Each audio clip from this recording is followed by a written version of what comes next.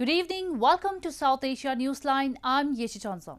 Here are the top stories we are tracking for you on Tuesday, the 31st of August. Heavy rainfall wreaks havoc in India's Maharashtra, affects normal life in New Delhi.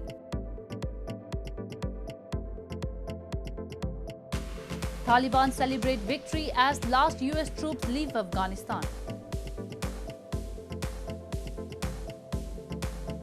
And locals in Pakistan's financial capital slam Prime Minister Imran Khan's government for rising inflation.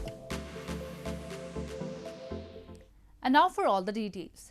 Heavy rainfall lashed Indian capital New Delhi on Tuesday, leading to severe waterlogging and traffic congestion in several parts of the city.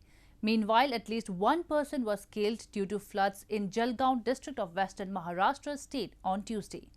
Rescue operations continued as a landslide also occurred in the district, which has been badly hit by incessant rainfall. Heavy rains slashed parts of Indian national capital New Delhi on Tuesday, leading to severe waterlogging and traffic congestion in the city. Residents complained they faced huge problems in commuting to their destinations as traffic snarls were witnessed in several areas. Excessive monsoon rains this year have affected many parts of India, throwing normal life out of gear as civic administrations often fail to cope with challenges posed by them. लेकिन दिल्ली की जो सड़कों पे इतनी पानी लगी हुई है, उसे देख के तो किसी की हालत नहीं होगी कि निकल सके। फिर भी मैंने अपनी कोशिश की कि चलो मैं निकलता हूँ, मुझे जॉब करना है। जॉब करने के लिए मुझे 2 से 2.5 घंटे लग गए सिर्फ पालम के फ्लाईओवर क्रॉस करने में। Meanwhile, at least one person was killed and several were reportedly missing on Tuesday due to floods in Jalgaon district of India's western Maharashtra state. Rescue operations were underway as a landslide also occurred in the district, which has been badly hit by incessant rainfall. The flood situation also remained grim in India's eastern Bihar and northeastern Assam as major rivers flowed above the danger mark, inundating several villages and affecting thousands of people in both these states. The United Nations Security Council under India's presidency adopted a strong 7-point resolution on Afghanistan, demanding that the Afghan territory not be used to threaten or attack any country or to shelter or train terrorists. The resolution also demanded that the Taliban uphold human rights, provide safe passage to those who want to leave Afghanistan, and allow humanitarian aid. The United Nations Security Council under India's presidency on Monday adopted a resolution on Afghanistan after Taliban's return to power, focusing on counter-terrorism and humanitarian assistance. It called on the Taliban to honor its commitments to allow Afghans and foreign nationals to leave the country, who continue to remain stuck in Kabul. The UN Security Council demanded that Afghan soil should not be used to attack any country or to shelter terrorists, even as American forces completed their drawdown in Afghanistan a fortnight after the Taliban takeover. India's Foreign Secretary Harshvardhan Shringla, in his remarks to the media at the UNSC, said, "This is of direct importance to India." I was, in particular, very happy to preside over the adoption of today's important resolution on Afghanistan, which has unequivocally conveyed that Afghanistan's territory should not be used to threaten or attack any country or to shelter, train terrorists or plan or finance terrorist acts. India's greatest security concern is the presence of fighters from Pakistan-based terror groups such as Lashkar-e-Taiba and Jaish-e-Mohammed. A number of terrorist leaders, including those with links to Al-Qaeda, have resurfaced in Afghanistan. Meanwhile, Indian Prime Minister Narendra Modi has formed a high-level group in view of the situation in Afghanistan, comprising Foreign Minister S. Jaishankar and the National Security Advisor Ajit Doval. The group will focus on evacuations and the ground situation. In a chaotic airlift nearly 20 years after United States invaded Afghanistan in response to the September 11, 2001 attacks on America, the United States on Monday said it had completed the withdrawal of its forces from Afghanistan, leaving the Taliban stronger than their previous rule from 1996 to 2001. Celebratory gunfire echoed across Afghan capital Kabul before dawn on Tuesday. after the last US troops took off from the airport. Celebratory gunfire echoed across Kabul before dawn on Tuesday after the last US troops took off from the airport, ending 20 years of war in Afghanistan that left the Taliban stronger than it was in 2001. Final flights transporting the last US troops took off a minute before midnight, marking the completion of the US pullout that ended America's longest war. Fireworks and tracer bullets lit up the night sky in Kabul after final flights departed from Hamid Karzai International Airport, with one of the aircraft deploying flares as it took off. General Frank McKenzie, commander of the U.S. Central Command, told a Pentagon briefing that the chief U.S. diplomat in Afghanistan, Ross Wilson, was on the last C-17 flight out. Good afternoon, everyone.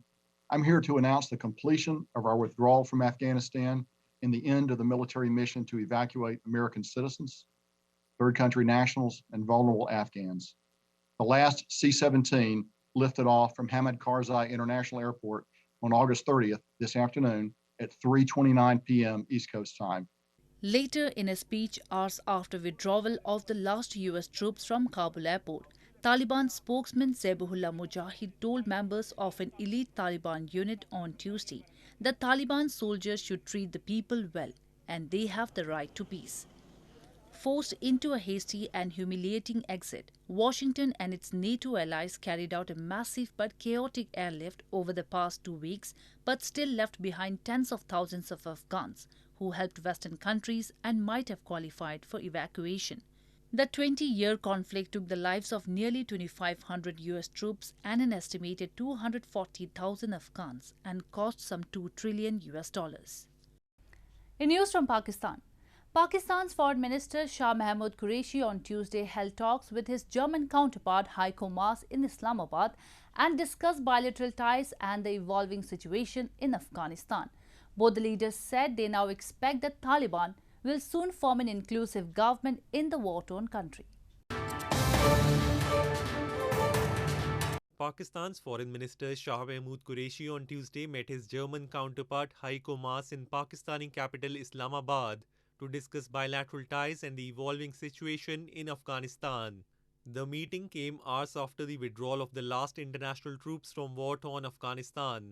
The foreign minister said that they now expect the Taliban will form an inclusive government in the coming days in Afghanistan. Maas said Germany will wait to see if the Islamists will honor their pledge to allow civilians to leave Afghanistan on flights from Kabul airport. Addressing a joint press conference, Qureshi also stressed the need for the international community's cooperation for ensuring stability in Afghanistan.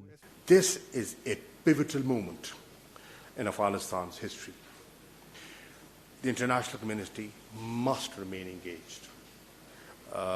Humanitarian assistance must flow. Do not let the economic collapse in Afghanistan take place. Meanwhile, Pakistan's Interior Minister Sheikh Rashid Ahmad on Monday ruled out the possibility of allowing the long-term presence of the US troops who have arrived from Afghanistan in Islamabad. He said the stay is for a limited period only, and foreigners have been given only transit visas for stay up to 30 days as part of the evacuation efforts from Afghanistan following Taliban's takeover. More news from Pakistan. Residents in Pakistan's Karachi city have expressed that they are irked by the rising inflation in the country and blame the government for failing to control the prices of essential commodities. They lamented the economic situation has been worrying since Prime Minister Imran Khan came into power in 2018. Uncontrolled inflation has become the most worrisome issue for residents of Pakistan.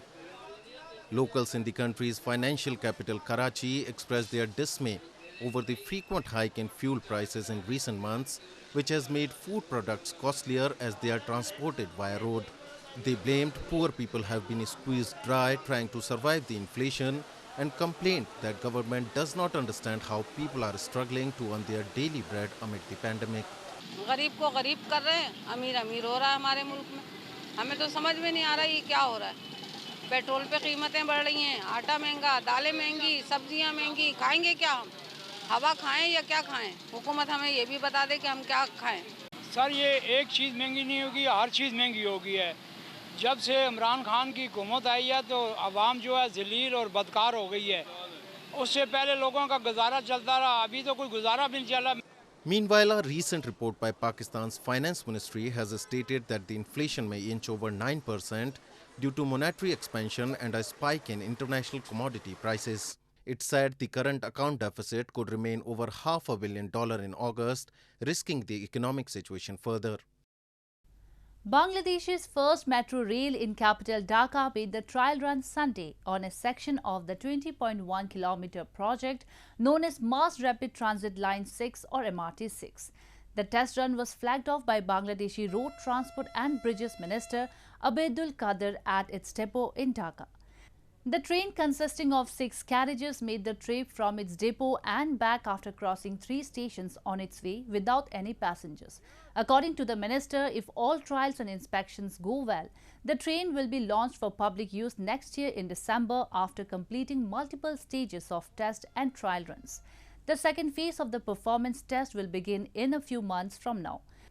Dhaka Mass Transit Company Limited, a Bangladeshi state-owned enterprise founded to implement the metro rail lines across Dhaka, is constructing the metro rail line divided into 8 packages in collaboration with companies from China, Japan and other countries. Gatka is a traditional form of martial arts which was introduced by Sikh religious leaders in the 15th century among their followers. Recently, a state-level championship of Gatka was held in India's northern Jammu and Kashmir territory to promote the sport among the youth of the community. A local Sikh martial arts association organized a state-level championship of their traditional war game called Gatka in Jammu city of India's Union Territory of Jammu and Kashmir this past weekend to promote the sport among the youth. Several youngsters enthusiastically participated in the Virasat-e-Khalsa Gatka competition held at Gurdwara Nanak Sahib in Jammu, wearing their traditional attires in distinguishing colours. The practitioners of the sport, which is used for self-defense, said the government should promote it at international level, such as judo and taekwondo. They said they believe that practicing such martial arts also keeps one away from social evils like drug addiction. आना चाहिए ना, देखो जैसे सारी game sports में हैं और ये हमारी इंडिया की अपनी गेम है, कहीं बाहर की नहीं है। ये सेल्फ डिफेंस से हमारे गुरुजी ने चलाया था हिंदुस्तान की रक्षा के लिए। कितनी देर मतलब इसको नहीं प्रमोशन मिलेगी फिर कहाँ पे मिलेगी? सारी गेम्स जा रही हैं छोटी छोटी, जैसे स्लम्बम, फेंसिंग, ये भी इसी के बीच में से निकली है ना। पर गतका जिसको देख के जो गेम निकली वो गेम क्यों पीछे रहे sir? Gatka was introduced among Sikhs in the 15th century by their 6th religious leader, Guru Hargobind Sahib, for the defense of the masses. The Gatka Association aims to organize a world championship for the sport. The Indian government had recognized Gatka as a national sport in the year 2016. Well, that's the way it was in South Asia this evening. Before we conclude, the top stories once again. Heavy rainfall wreaks havoc in India's Maharashtra, affects normal life in New Delhi.